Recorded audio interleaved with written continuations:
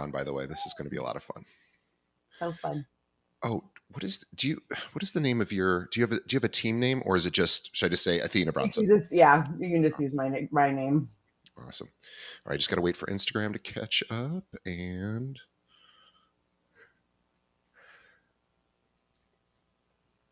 what great energy you have. I try and bring some to especially Monday morning. I'm like, we all need a little. Oh, I need it for I'm sure here today. for you. You have been very, very sweet. Okay, here we go. Today on the show, we have Athena Brownson with Compass in Denver Metro, Colorado. Let me tell you more about Athena. Now, Athena Brownson is a top Denver realtor, celebrated for her expertise in luxury properties and dedication to creating healthy, balanced spaces for her clients. A Colorado native and former competitive skier, her deep connection to the state provides her with a unique understanding of its lifestyle, making her a trusted partner for clients, including Denver Nuggets players who seek more than just a beautiful home. Now, after being diagnosed with chronic Lyme disease, Athena came to deeply value safe, restorative environments, which now shape her approach to real estate. Her resilience, local insight, and commitment to designing true sanctuaries have earned her a standout reputation in Colorado's high-end market, making her the go-to choice for clients wanting a home that enhances their well-being. I want everybody to follow Athena on Instagram. She is at Athena Brownson Realtor, and we'll have a link to that in the show notes. And we'll also have a link to her website. And Athena, so excited to have you. DJ, could not be more excited to be here. Thank you so much for having me on this lovely Monday morning. It's been a crazy one for you, so I'm just excited. behind the scenes restream started glitching right when our time was starting, and I was running a minute late. And so Athena has been incredibly kind and sweet, and really speaks to her character. She's like so excited. She didn't care that we're starting late. She's just excited to be here, and we're excited to have her. And I'm excited to talk to you. And I want to say something right off the bat, which I was saying to you backstage, but I want to say it in front of everyone here, is that thank you for talking about your illness that you are constantly being challenged with, because of course all of us have challenges in our life. Some of them are illnesses, others are all sorts of issues, but we often don't talk about them because we keep them private, or we're just we don't want to talk about it, or we're afraid, or we're embarrassed, or whatever it may be.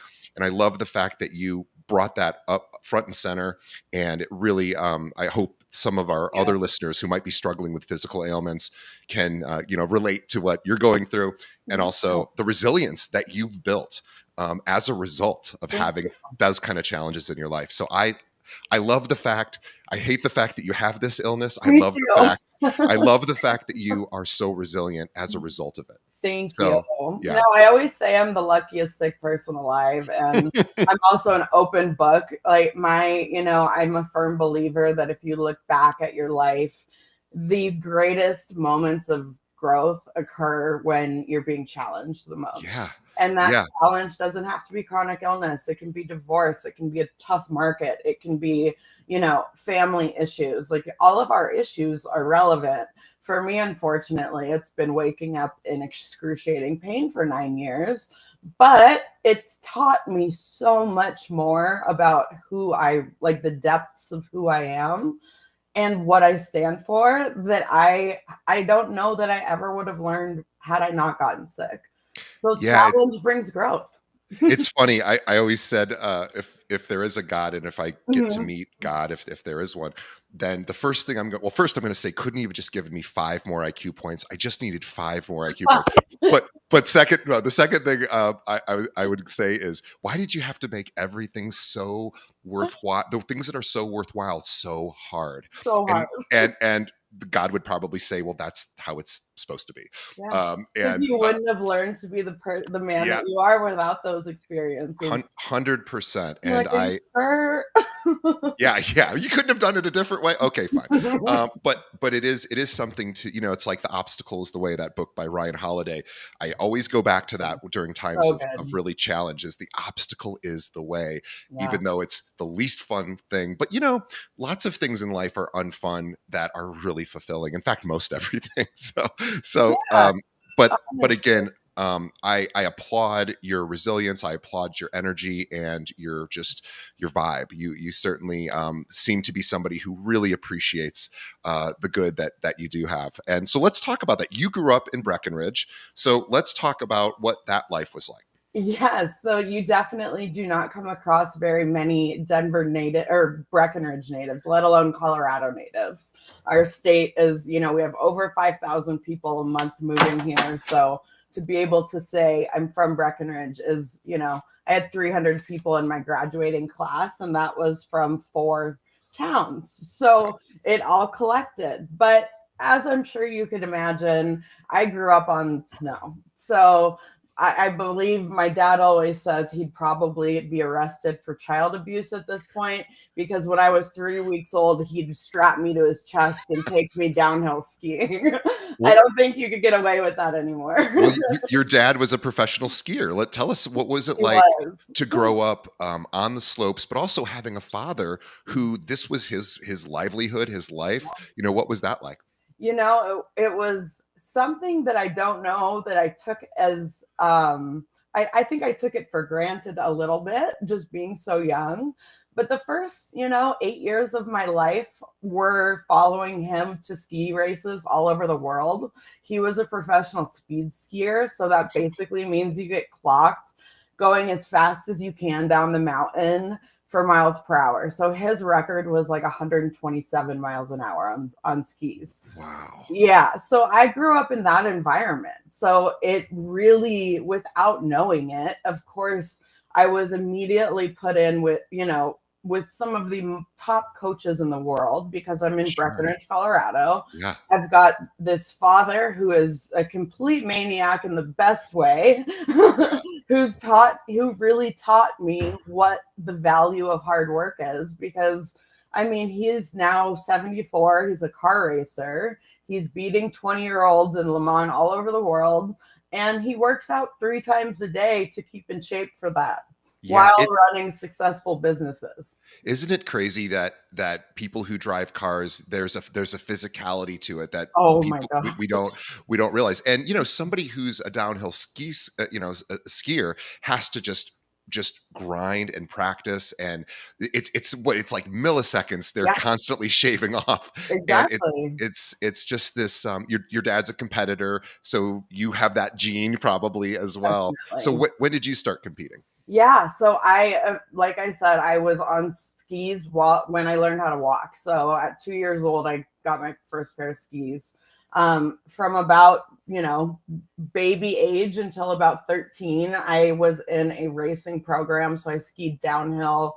And I really think that gave me the foundational tools and, again, access to some of the most hardcore coaches I've ever met. And that is honestly the best business school I ever could have asked for, was becoming an athlete. And that is because they taught me the value of hard work, of Yeah. showing up when you say you're going to, of accountability, of vulnerability, because they were the people that I was spending 6 days a week with at least.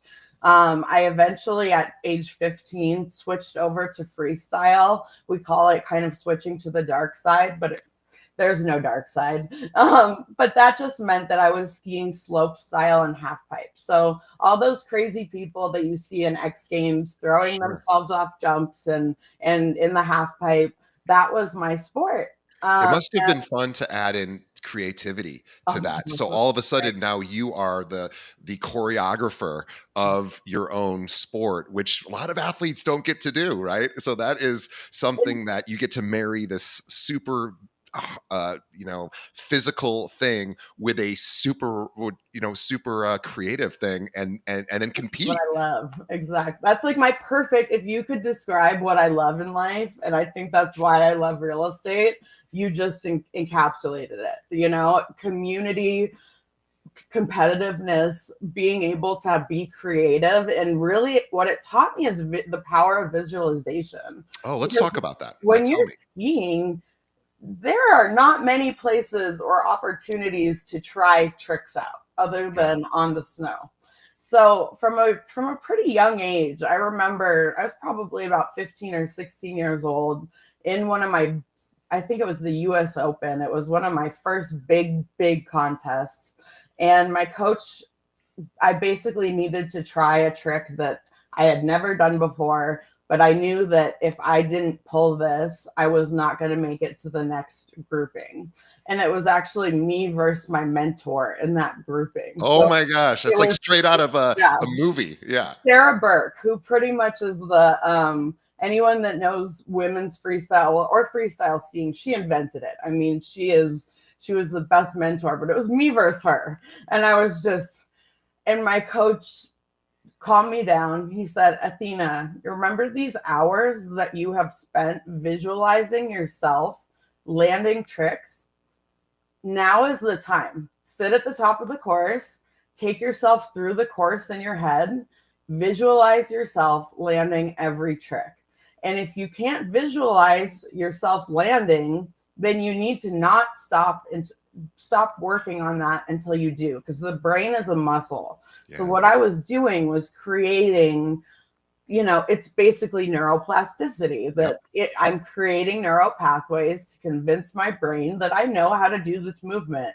Yeah. And even though I physically haven't done it yet, in my mind I have. So I realized from a very young age the power of visualization. And I believe that that is a pillar in my life and all of our lives as professionals and entrepreneurs today, is we're always setting goals, we're looking ahead, we're looking at the future, we're visualizing where we want to be. But if we can get really concrete on those details of what that win looks like, what does landing that trick look like to you? Is it, approaching an entirely different demographic in your market by door knocking or introducing yourself, hosting events? Like, what are the concrete steps and action plan that you're going to be able to take to get to where you want to go? And you Yeah. know what? I stomped that landing. It was my first 1080 in a competition, actually on snow, period. That's And insane. I made it to finals in my first year. So the power of visualization is something that even someone that has been, a supporter and believer in it my entire life, it easily goes away when real estate and life kind of cave in. Sure. You We forget to live look in forward. Right. We live in a very physical world that we can see, touch, and hear, and we don't always remember to go in and rehearse. Right. Exactly. There's external rehearsal, which is great, and then there's internal rehearsal, which every athlete that I've ever spoken to is a big fan of. Yeah. And it's something that I even have just now started realizing that on what I do, and I'm curious to get I want to hear how you do it. Yeah. But when I drive to work now, I used to listen to podcasts or music, Mhm. and I only have a 10-minute drive. It's very quick. But I said, Lucky. you know what? I'm not going to do that going forward, because I could spend that 10 minutes just thinking about, what do I want to accomplish today, but not even just with the to-dos. Who Yeah. do I want to be today? What skills Oh, I do love I want to embody? What if I become 1% more effective at X? What if I atomic just habits. yeah, Yeah. yeah. Mhm. And so just this idea of really thinking, act, and then acting as if in my head, like I'm imagining I can land that sale, or I can, Yeah. do X, Y, or Z, and just pretending that that it's possible, and seeing what that might feel like. And it's interesting, because at the very least, if nothing else, it primes me for when I get to work, and I'm like, okay, now I know at least what I need to do today. Exactly. Tell me how you do visualization. Yeah. So, and I incorporated it into my life and business in so many different ways. And like I said, it is one of those things that, as realtors, I think we're constantly inundated with shiny objects and things to do. And there's not enough hours in the day. So you have to be very intentional about how you're spending your time. And for me, I have to be very intentional about how I'm using my mind, because it is really, our minds are such an incredible, valuable tool that we have to use at our disposal to create what it is we want. So I honestly, a lot of my I do a lot of work with introspection, whether that's through meditation, breath work, Yeah. you name it, I've tried it, or I'm a supporter of it, probably. But I love to write out, in at least once a month, who my ideal client is, what my ideal transaction looks like from start to finish. I want a detailed story about exactly how an interaction, the first interaction I make with this new client, to, well past the closing table, sitting at their new dinner table, reminiscing on our house hunt. So I do that at least once a month, where I'm really checking in with myself, because I think when we start real estate, I've been in the business about 10 years now, and when you start real estate, and even over the last couple of years, we're more in a space of yes, yes, yes, yes, because that's what you have to do to build your business. Yeah. We're constantly hustling. You're saying yes to everything, spreading yourself very thin. Now, that is the world of real estate. But at a certain point, you have to learn what your boundaries are. Who you have to be intentional with how you're spending your time, who you're connecting with.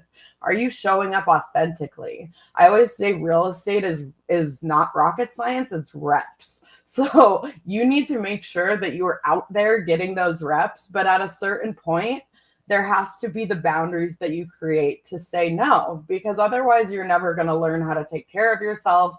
You won't Yeah. take care of the clients you do have, and you don't have that time to really reflect and be intentional about, okay, what does my ideal business look like? And now that I have that written out in the present tense, like it's happening, I Yep. fully believe you have to put your brain in that mode. Then what are the action steps that I need to take to get there? Yeah. You just work backwards. Exactly. And that can be really difficult to do when we're busy. But I definitely, like, for my team, we do an exercise quarterly that is really based around how our lives are balanced. And I don't believe in balance, honestly. I think that's a little bit of But we a try. We try to get as yeah. close as we can. Yeah. Exactly. So every quarter do the same exercise, just so that we can look back over the years and reflect. But we look at our two biggest struggles in the 7 pillars of life, which is something a coach taught me. And it's self, family, friends, money, work, spirituality, and self-care. No, I already said self. I'm missing one. But you basically write your two biggest struggles in each area. And then from that, you're going to flip it over and write two small actionable goals based on each of those struggles. And what you're doing is creating a visual blueprint for yourself for what to focus on, and something that you can come back to. These are not supposed to be huge New Year's resolutions where your entire life is supposed to change. But like you said, how can I show up 1% better every day? Yeah. And follow in, look at where I'm not as strong in my business, in my life, and focus on those items. Because if we're not taking care of ourselves, I mean, I'm the first to admit, I'm battling multiple chronic illnesses. My body will completely stop working if I do not take care of myself. Yeah. And even sometimes when I do, I Yeah. mean, there will be days where my joints are swollen shut. I can't walk. I can't move.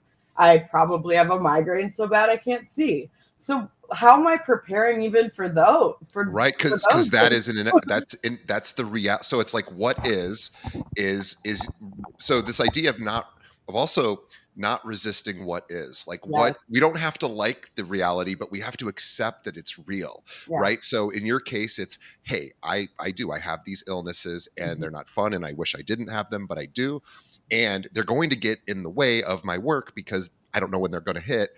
Yeah. And even if I take perfect care of myself, they seem to show up sometimes. Yeah. So this idea of the Boy Scout motto, always be prepared, is Yes. I'm sure you have plans. When this happens, this is the best thing I know to do. And then you'll test. Did Yeah. it work? Did it help me? Did it not? And I suspect you are constantly looking for solutions as well. Oh my goodness. Yeah. So I have a couple, you have such amazing questions. First of all, thank you. And insight. One of my coaches taught me from a very early time, probably before I got sick, was the value of bringing consistency to your schedule, so that you know exactly what needs to get done in a week, and you can time block, But then if I have a day that I'm not able to do what that is, I can move some of those most important green times to a different day. Yeah. But what it really, I give 100% of the fact that I am here doing what I love to do, which I truly, I will be that corny realtor for life that is saying how much I love real estate. I love real estate. So the Yeah. fact that I get to have a career that allows me the opportunity to, the competitor in me had always wanted to push through the really bad days. And that was one of the biggest struggles, is learning that that is not helping me.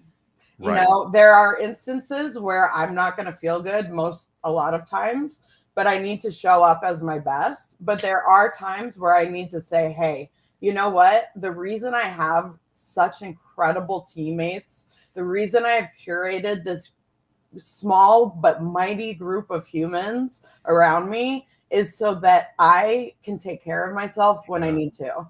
And I think culture and community are really the two of the biggest pillars of my business. I've worked with, you know, I have three people on my team that I've worked with for 3, 10, and 8 years, and they have my back more than anyone ever could. And I know that I can trust them with my clients. And I think that trust is built through authenticity. So at the beginning, when you say, thank you for sharing with your illness, it's, this is a part of my daily life. And it's Yeah. something that all my clients need to know about. And they need to know that this is not going to affect their ability to have the most successful transaction. I will be present.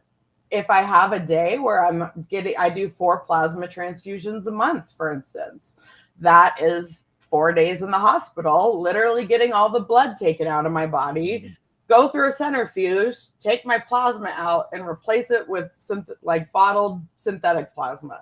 So It's like that's dialysis for a healthy person.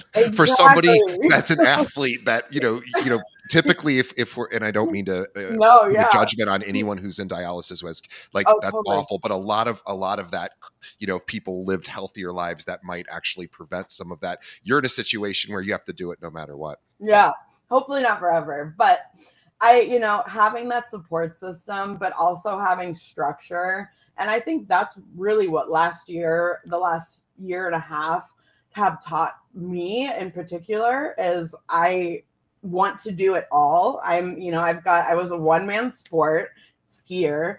I'm an only child. The art of delegation is something that has It's not tough. come naturally to me. Yeah. And as a leader, I believe that one of the greatest skills you need to have is to be able to delegate effectively, kindly, and in a way that you are providing value. And honestly, that is how I got my start in real estate. Is I found I never in a million years would have expected myself to be in real estate, but after my 9th ACL surgery, my doctor looked at me and he's like, Athena, you're going to need a knee replacement way before you're 30 if you keep this up. This was long before I was 30. It's been a while. But I looked at him and it was just time. It was time to hang up the skis. So Yeah. I did that. I worked with an incredible interior design firm, but I was bored out of my mind. I realized that with that skiing background, I needed to be responsible for my own success. So however much I was going to put in, I would get out of it. And it wasn't just sitting behind a desk 9 to 5 and kind of counting the hours down. I wanted something that I was building relationships. I was on my feet, running around every day. No day was the same. If I worked 4 hours a day, I was probably not going to go over. It wasn't going to go very well. If one of my mentors at the time had said, Athena, you are the least experienced agent here. You should be at the office well before anyone else gets here and well after anyone else leaves, excuse me.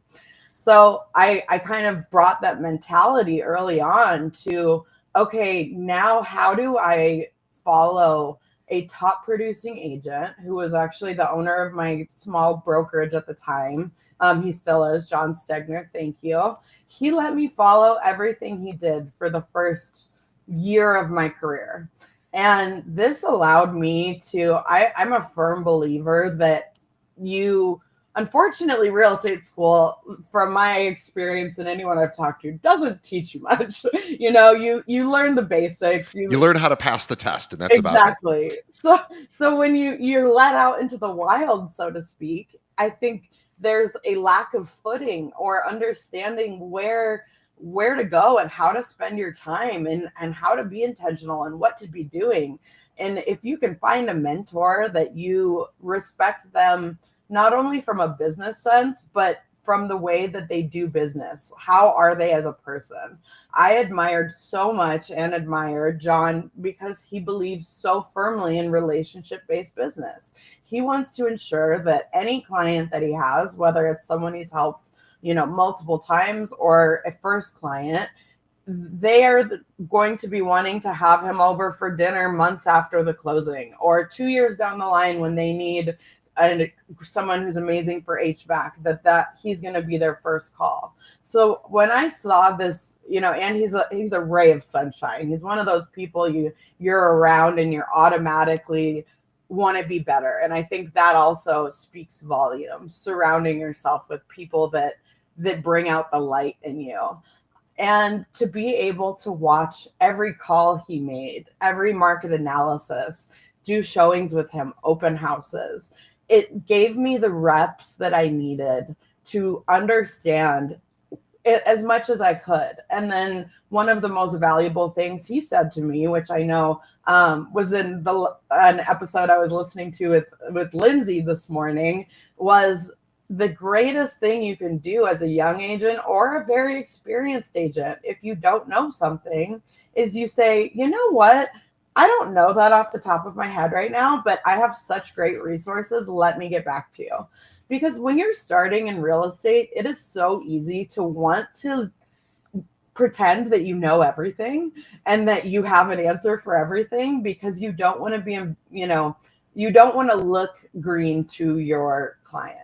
But by spitballing an answer that you're not totally sure of, A, you're putting yourself in huge liability, but B, you're not actually serving your client.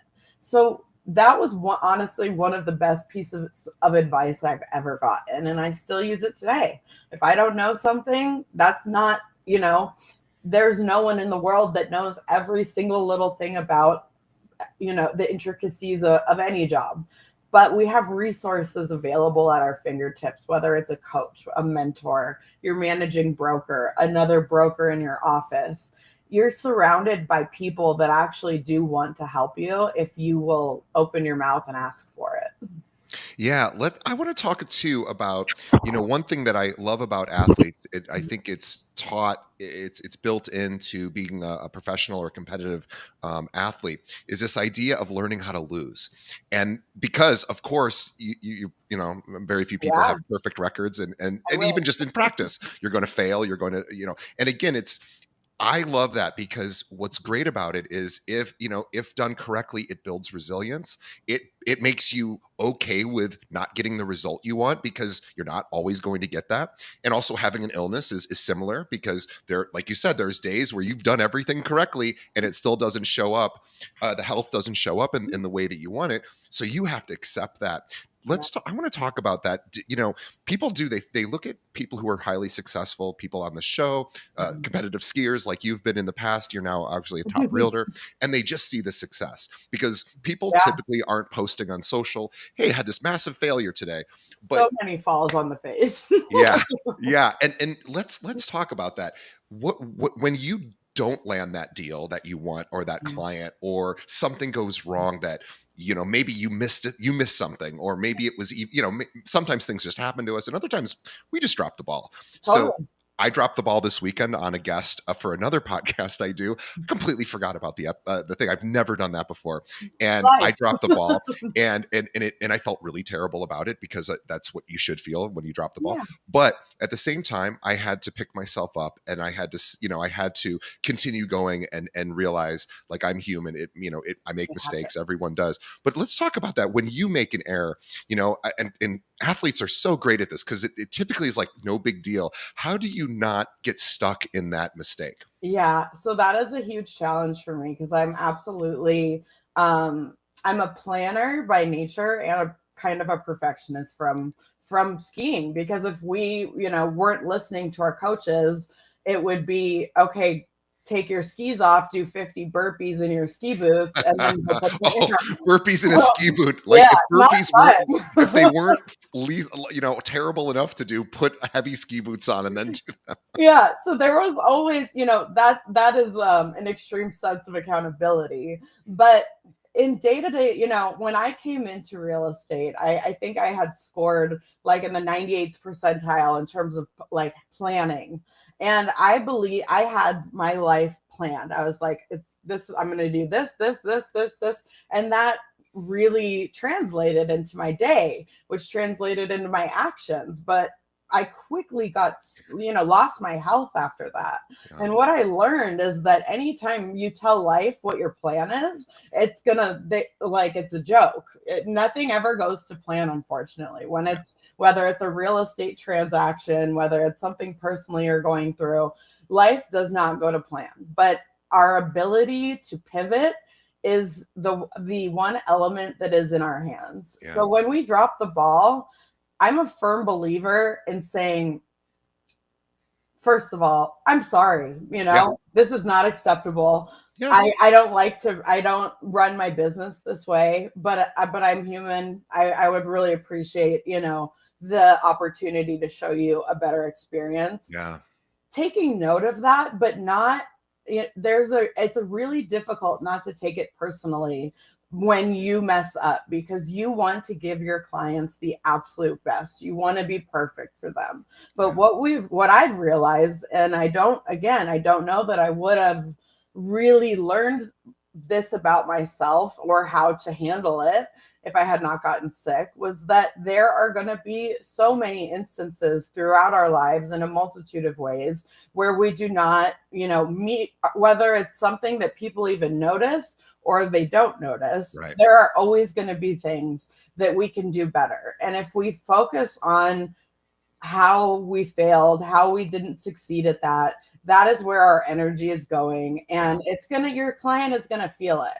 So instead, I like to think of like anytime I'm in a funk or I do, I mess up, I like to just take a deep breath and remind myself of the word pivot. Every year, I try and pick a word that I'm going to focus on. yeah, And the art of the pivot, I think, is something that we do not focus on ever. But if we can take a negative experience with a client, whether it's losing out on a home or, having to terminate based on a really bad inspection on their dream home, I like to say, okay, I'm going to take a moment. I'm going to pivot my head so that I can then provide valuable insight about a new plan forward. yeah, Because life isn't not an adventure unless there's a U-turn or two or 10. So there's lots of U-turns in real estate. And I think if you can guide your clients by letting them know that when everything is supposed to come together,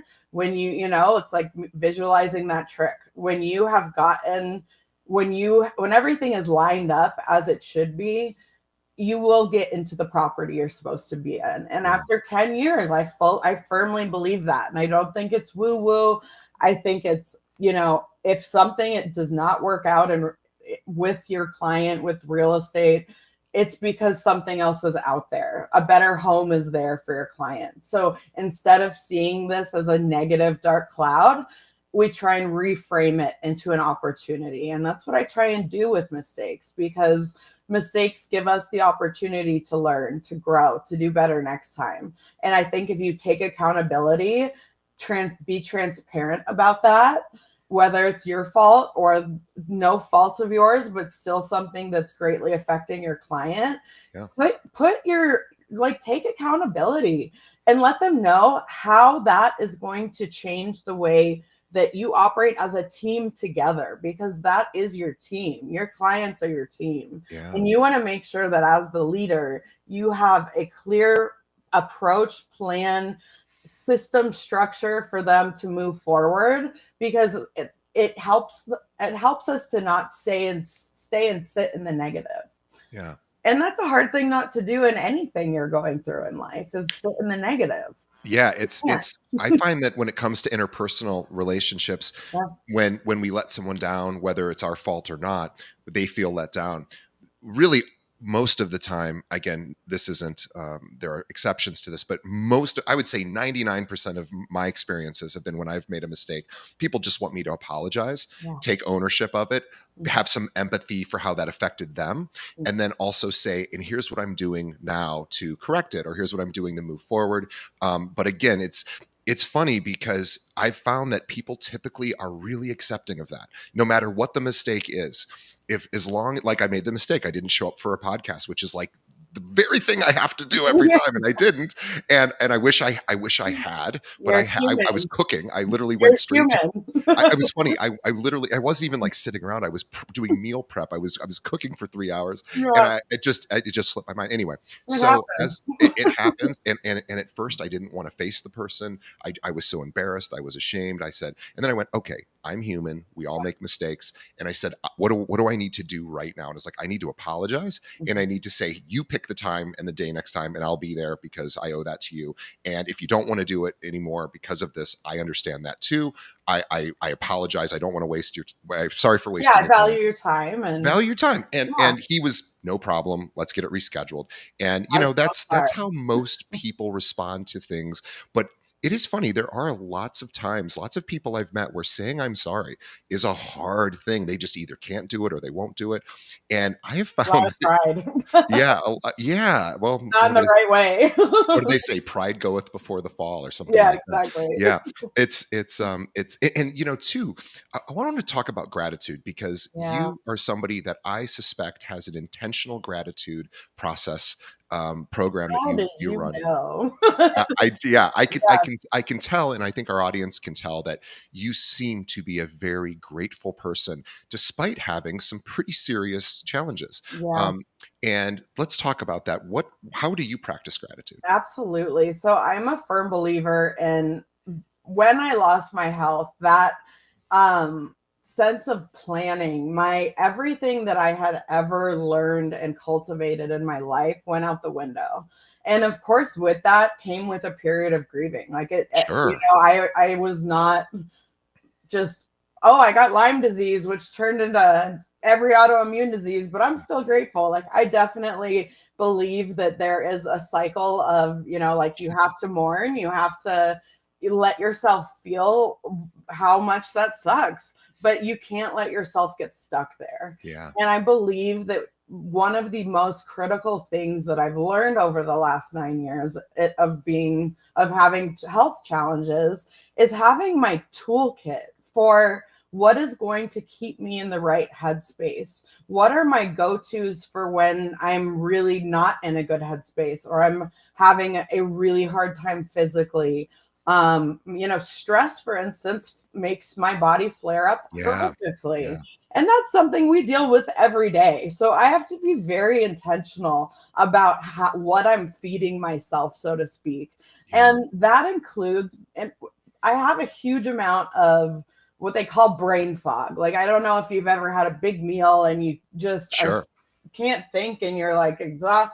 Yep. Well, unfortunately, Lyme disease attacks the brain and it causes swelling. And Mm. I live in a state of brain fog. So for me, having routines and having structure is absolutely pivotal for me. Yeah. So I've created like a toolkit of course, every night. I actually do gratitudes twice a day. So usually you hear once a day, but I've got very firm morning and nighttime routines that don't take a huge amount of time. Like, anyone can implement routine into their life that is going to exponentially change their lives. And for me, this looks like, first, journaling out anything negative that happened during the day that I just need to get out. I think that it's really important to come face to face with your challenges, with your fears, with your mistakes. So anything that you need to get it out on paper. Yeah. But then take take everything negative that just happened, and then write at least 5 gratitudes. Write 5 things every day that you're grateful for that are not the same as the day before. Don't write the same thing, Yeah. 5 things every day. We have so much to be grateful for. Like I said, I am the luckiest sick person in the universe. I have incredible access to medicine. I have access to medicine. I have health insurance. They're useless, but I still have it. I have a supportive family, a supportive real estate team, and I have opportunities like this where I can connect with others that are going through struggles. To Yeah. me, that is something that I am grateful for every single day. But there are 100 million other things that I'm grateful for. So Sure. making sure that I'm focusing on the good and not focusing on the fact that my hands feel like they're in a fire because of the nerve pain. Next, I really, really, I try every night. I always say I've become a very big night owl due to Lyme disease. It's a nocturnal bug, which is very Oh, strange. My entire life I was up at 5 a.m. to go to the gym before the mountain, and now I usually am like, I can't sleep until 4 a.m. So what do I do at this time? But I read. I take something, and usually it's, something for self-improvement. Like I'm reading Atomic Habits right now, and I yeah. take that into every day. It's how can I be 1% better, and how can I take so much, our access to information right now is so incredible. We are So so lucky to be living right now just mind blown. because I grew up, it's funny, I grew up pre-internet, and the internet didn't even really become a thing. Browsers like around 94 or so, and that's when I started college, and you sort of had access, but even then it wasn't, You're we probably didn't going to really the have. library. Yeah, right. You were still heading to the library, you were still Yeah. looking at encyclopedias, and I used to fantasize about just getting answers to things. And now we are so lucky, and especially with things like Oh ChatGPT, my it's not gosh. always accurate, but it's we can literally ask questions, and Yeah, it's like we have that oracle at Delphi that, we would. exactly. Yeah, you're right. So there's so much to learn. Yeah, like how are you, and one of my coaches says, how are you, every day is an opportunity that you might meet the person that changes your life. And how do you want to show up? How does the person that you want to be, to meet that person, how do they present themselves and show up every day? So what do you need to do mentally, physically, to get yourself into the headspace where you feel confident that if you met the person, the developer that was going to hire you to sell for the rest of your life with them, that could happen any day. Yeah. So what are you doing? And you don't get to pick the day. No, you don't. It could be your worst day ever. But that's why it's so important to make sure that we have these practices in our lives. And for me, like you said, I think it's amazing to sit in the car and be really intentional with your thoughts, and kind of use that as a time for introspection. For me, I know that my car time is my time to catch up on podcasts, Sure. on master classes, Yeah. on audiobooks. Like we spend so much time in our cars, but this Yeah. is actually a gift because Yeah. we It's a learning machine. it's literally like you are just sitting in your car and you have the opportunity to learn just about anything you could ever dream of from the best of the best. Almost for Use that free time. as Yeah, well. literally, like, and if you're not in a good mood and you're headed to a big meeting, maybe that looks like pumping some rock and roll and just Yeah. getting your game face on. Yeah. Maybe it's like listening to Ed Milet talk about something really positive, or what is that tool for you that's going to get you in a headspace? Because it's crazy if you pay attention to how quickly that pivot can happen from woe is me, like I do not feel grateful for anything, I just want to go to bed, to okay, I can do this. And that is something to be grateful for, is your routines, the way that you're feeding yourself, the way that you're maybe you have a go-to person, whether it's your spouse or a business partner, a mentor, and you say, I'm really struggling through this, like can you help, you know talk it out with me. At least it doesn't Yeah. have to be a solution, but again, this is all your toolkit that we all need to be building. And then the last thing, I love doing affirmations in the present tense, which is really goes along with writing out what my perfect client is. But every night, just writing out like, I am healthy, I am healing, I am strong, I am successful, I am powerful. Like, you have to, our brains are so incredible in the way that they have the ability to relearn. Muscle memory is what we call it in skiing, but for muscles. But your brain has neuroplasticity, meaning if you get yourself into a state, like for at nighttime, I love to do binaural beats, Yeah. basically different Yeah. frequencies. Yeah, because it puts your brain in a state where it is able to become more like your neural pathways will be opened. Yeah. So how am I feeding my brain positive messages? How am I rewiring my limiting beliefs that we all have? Like, we all have so much built up, whether it's trauma from childhood or Sure. injury or whatever it may be, that we might not even realize is there. And I'm really grateful to live in a generation and a time where we talk about this kind of thing. We talk about, I go to therapy, EMDR every week. And I swear this woman has completely changed the way that I am able to approach healing. Well, and Because, I want to talk about EMDR for a second. So yeah, what that is eye movement desensitization response. yeah. Yeah, something. I'm like, I don't know if I've ever met anyone that knew that off the spot. That Yeah. was impressive. So here, and I'm going to overly simplify it, and I'm going to make it. And I don't Simple know. is good. I've never done it myself, but I know essentially what its attempt is to do, and it works really well with trauma. It Yeah. works really well with PTSD, things like that. And here's why. And it really ties into what you're talking about. And this doesn't sound real estate related for our listeners, but it But it can be. is, yes. Yeah, it is, because you were saying about these neural pathways, they become thick sort of highways in our brain, and based on repetition, and they just become our go-to's. Our brains, we're conditioned to respond in certain ways. We're Yeah. behaviorists. This is, we just do things Our over and nervous over again. system responds Yeah, a and certain we way.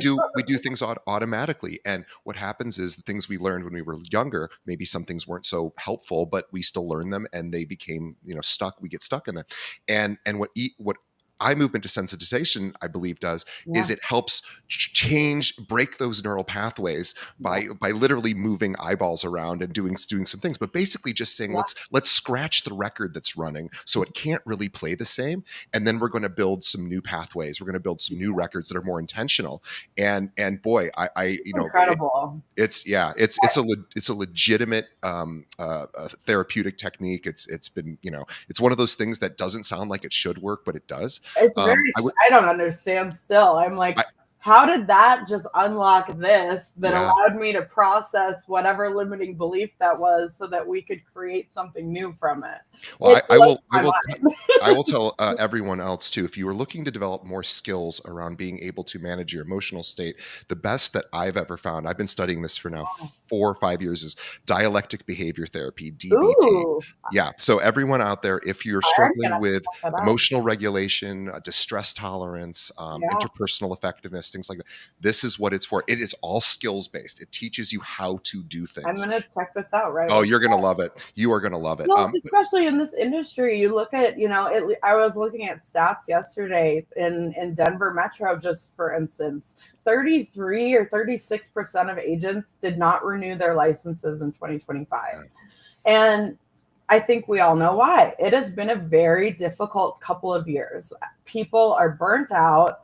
We are burnt out. I think, we keep looking for last year, we were hoping for a new year and everything was going to get better. And then nothing changed. And this year it's like, okay, we don't really know what's going to come. There might be a couple small decreases with the Fed. It seems like Maybe. buyers are moving. Maybe. And by the Like, way, just because that happens doesn't mean rates will change. In no, fact, the last not two at rate all. They cuts, might go it's up.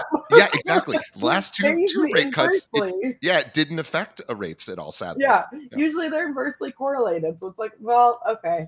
So we really like using these difficult times in business, in life, to grow our skill set of resiliency, of grit, of how we approach life.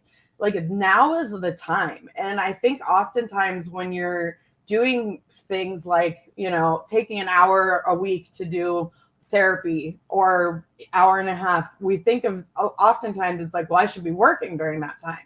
But what we don't realize, and I felt the same way, and I lived by I lived and died by my schedule of no, I don't do that kind of thing. Like this is my work day. But what I didn't realize is that by doing those activities, by making sure that you're getting your workout in, by making sure that you're going to therapy or whatever it is for you that's helped cultivating the best parts of you and helping you grow as a human, that is what is going to allow you to overflow into other people's lives, to show up as your best self, to have less bad days, because you're learning the skills needed to be a successful human. And we're all human at the end of the day, whether you're looking at your idols on $1 million listing or something. I don't know whose idols they are, but whatever it is, like we look at these people and you think, okay, they must work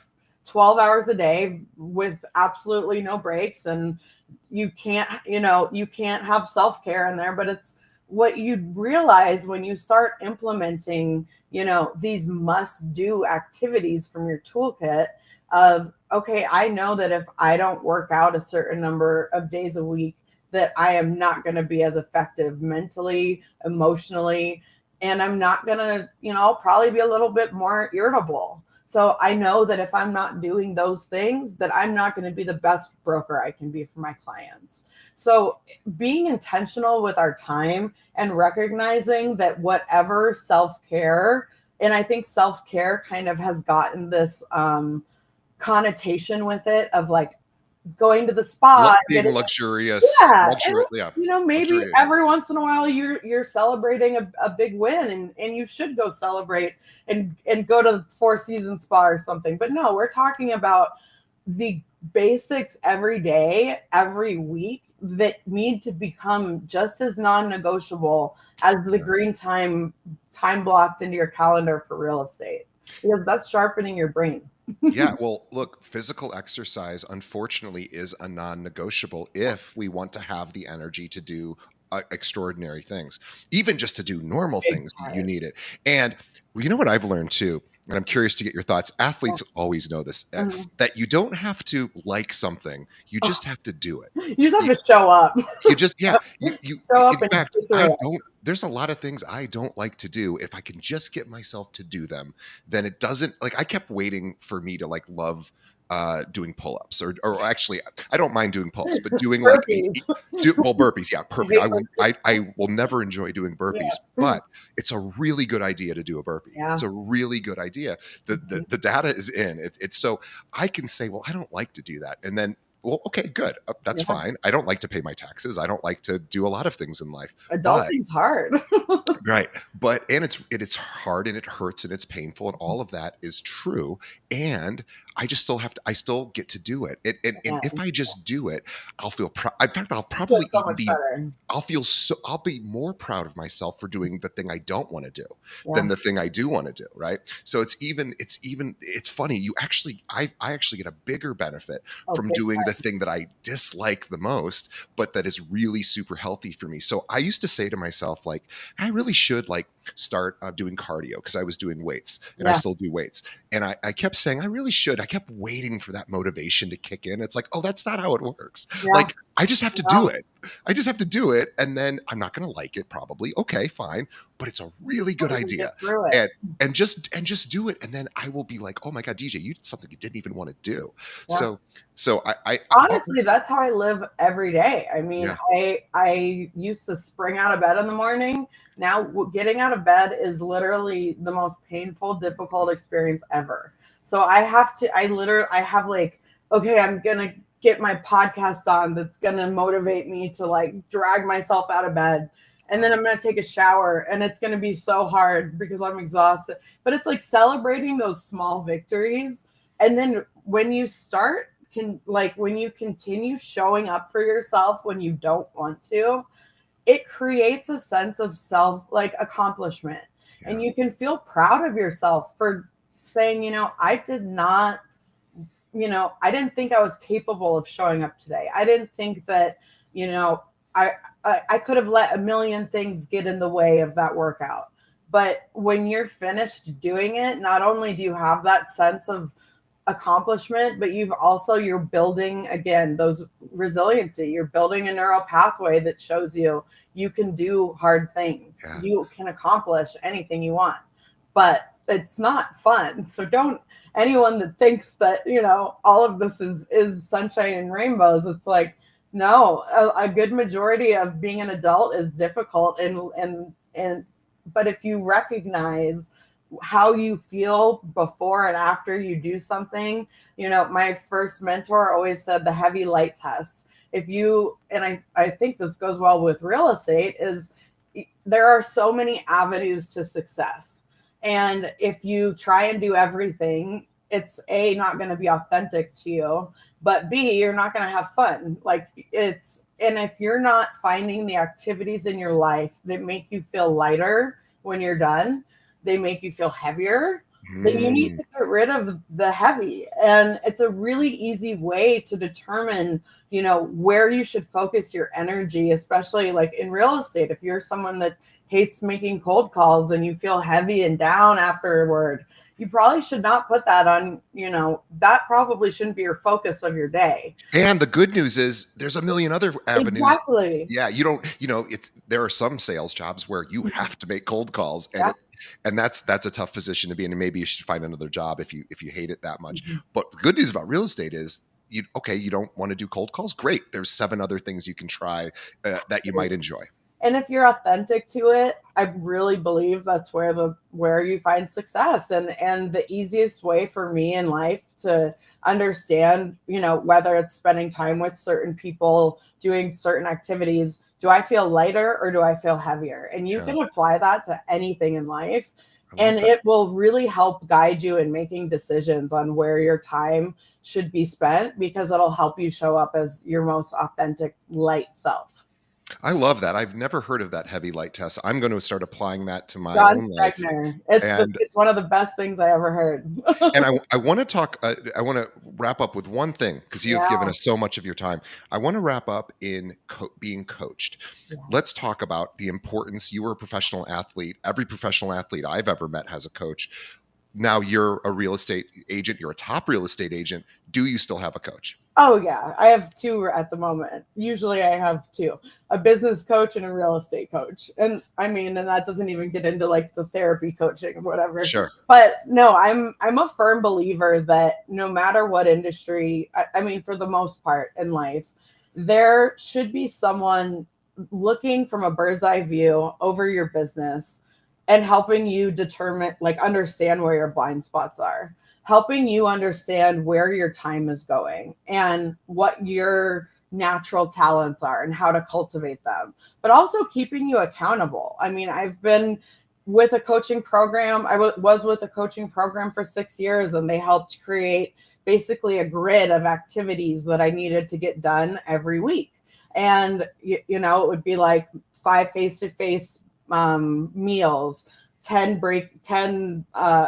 faced like Zooms or coffee breaks, a bunch of phone calls, open houses, and handwritten notes, newsletter. And then I started putting in like gym. I started putting in my non-negotiables for health as well. But if I would turn this in at the end of the week and there were blank spots, it meant that I was donating $10 to charity per blank that I did not fill in that week. So it created accountability. But they also, we don't know what we don't know. And especially as a former athlete, I've always had that like get it done yourself mentality. And what coaching has taught me is that we are not meant to do everything ourselves. We're meant to find what our purpose is, what we're really good at, hone those skills, see where we can improve our other skills that, are things that we need to do in order to be successful, but not necessarily our green time. And then also recognizing what your weaknesses are and learning how to delegate and learning how to work with a team, because we really don't understand our blind spots when we're running from one thing to the next thing to the Sure. next thing, and you don't have that time to be really reflecting and intentional. So for me, coaching is by far the most valuable gift you can give yourself. It's expensive, yes. Will it pay for itself tenfold? Absolutely. If you find, but also recognizing that there are so many different types of coaching. Um, like I guess just different types of coaching, and you need to really do your research, go to conferences, talk to different coaches, on Zooms, really interview them as well to find who you feel you align with, from not only a real estate standpoint but from how they live their lives, because you want to be learning from someone who you admire in all aspects of life, not someone who's selling 300 homes a year but is divorced because they were never home, lost custody of their kids, sleeps under the desk. Like, that is not the person probably that you want to be learning from, unless that's how you want to end up. Sure. So understanding that we all need accountability, and we all need someone that's not afraid to give it to us straight. And that's what coaches are there for. Yeah, I love it. Well, I think that is a perfect place for us to wrap up this episode. I could Athena, talk to you forever, so thank I you. would love to continue talking with you, and I'm definitely going to have you back I love because you have a lot of wisdom and you've given a lot of your own personal processes to our audience. I hope our audience can take some of those and Me apply too. them to their own life. This is, we're not in practice. This is the real world, and we get to Yeah, make decisions, and we get to architect our own life, but it requires some intentionality, and it's time to slow beautiful. down. I suspect you probably don't spend a ton of time scrolling on social media. Maybe you do, but we all have ways in which we probably should spend our time more effectively. I certainly fall into, I waste time in lots of ways, Oh, we and all do. we all do. But this is where coaching comes in, and this is Yeah, where having other people in our life, we don't have to do it all ourselves. And in fact, we can't. And so, this idea of having a community, you've got a community of coaches. You talked about you have health coaches, you have business coaches, you have, I bet you have coaches for every I part. call my team my coaches too, because Me they too. call Yeah. me out also. I love it. I I always tell people this, that I have somebody that wakes me up every morning at 6 a.m. She Yeah. calls me, and it sounds I don't know how it No, sounds to I've people, been there. but Yeah. yeah. Well, and the reason I do it is it's not easy for me to do that, and I've become better at it, but Yeah. I know I won't let somebody else down. I'll let myself down Yep. easily, but I Mhm. won't let somebody else down. So now I wake up 5 minutes before she calls me, and I message her, and I'm that makes me awake. feel, yeah, it just makes me Yeah. feel proud. Now It's a I'm still win. gonna, yeah, but again, it's systems. Like, you have systems, but you need other people to help you with your systems sometimes. Yeah. And there's no shame in that. I used to be kind of embarrassed. Like, I have about 48 and I still have to have Oh, somebody wake me up, but it works. no. I used to Yeah. have someone have to come to my house and physically wake me up because my body just wanted to sleep Yeah. 24 hours a day. I would Yeah. have people come wake me up in the morning at my house. And I'm Yeah. like, you That's just humbling. got to do what you got to do sometimes. Yeah, and this idea too is this: we can rely upon others, Yeah. and some people will let us down, and some people won't be there for the entire journey of our lives, Mm. but some people will, and some people will come and go. But boy, isn't it great Oh, that you can allow yourself to fall apart a little bit here and there, and let other people prop you up so you can fall apart. oh my It's gosh, it's beautiful. I mean, Yeah, honestly, that really is the heart of authenticity and being vulnerable. And we're in an industry that's very one person dominant, and if we can build community, it's the greatest gift we can give ourselves. love it. Well, Mm. Athena Brownson is our guest today. Thank I want everybody to follow her on Instagram, Athena Brownson Realtor. We will have a link to that. It's Brownson, Brownson. So, Athena, thank you so much. You are an inspiration you. to all of us, and Mm. you are a great reminder to us about obviously get to work, but be intentional and take care of yourself and build in hard things to do, because that's You how can we do get it. to that next level and pivot. pivot. That's, you know, it's funny. I'll give you one quick pivot story Yeah. as I'm exiting. This just happened to me a couple weeks ago. I woke up and I was feeling really blue. It just happened. Yeah. I couldn't even tell you why, Mm-mm. but it was there. It just happened, and I was like really a little bit depressed and sad.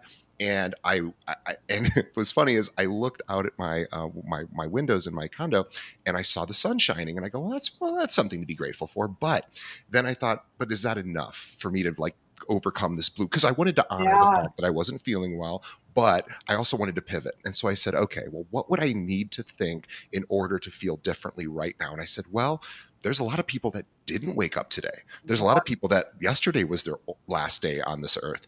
I got another day. Like the universe, God, whoever, somebody gave me Yeah. another day. And at the very least, that's an opportunity. And I go, well, that's pretty cool. And so I just, you know, That is a sometimes, beautiful pivot. Oh my yeah, and God. sometimes that's all it needs to be, Yeah. right? It's like, hey, you know, everything in my life is falling apart, but I'm still here for in this moment. I'm still Everything's, you know, fighting. I'm Yeah. still fighting. Yeah. And so sometimes I just love gratitude is the fastest way I know to pivot. So Agreed.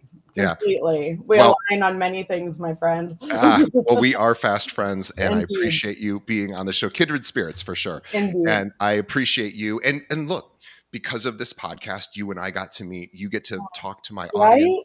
The things happen So when you. grateful. So I am so grateful for you as well. Yeah. And I want No, we everybody both to are follow. very. And also, too, you live in an area where people have second homes, vacation homes. So if anyone out there has clients that are into the outdoors and go to Denver and all of the surrounding areas, Athena would love to connect with you because she, of course, is a top realtor. She's a luxury realtor as well. So she can help those clients, any client that you have that's moving to Denver or even maybe from Denver, reach out to her. She's the kind of agent you certainly would want to introduce to your clients because, of course, she's Watch your proven that back. on this episode. She's proven just Yeah. what her dedication is, and she's a fighter.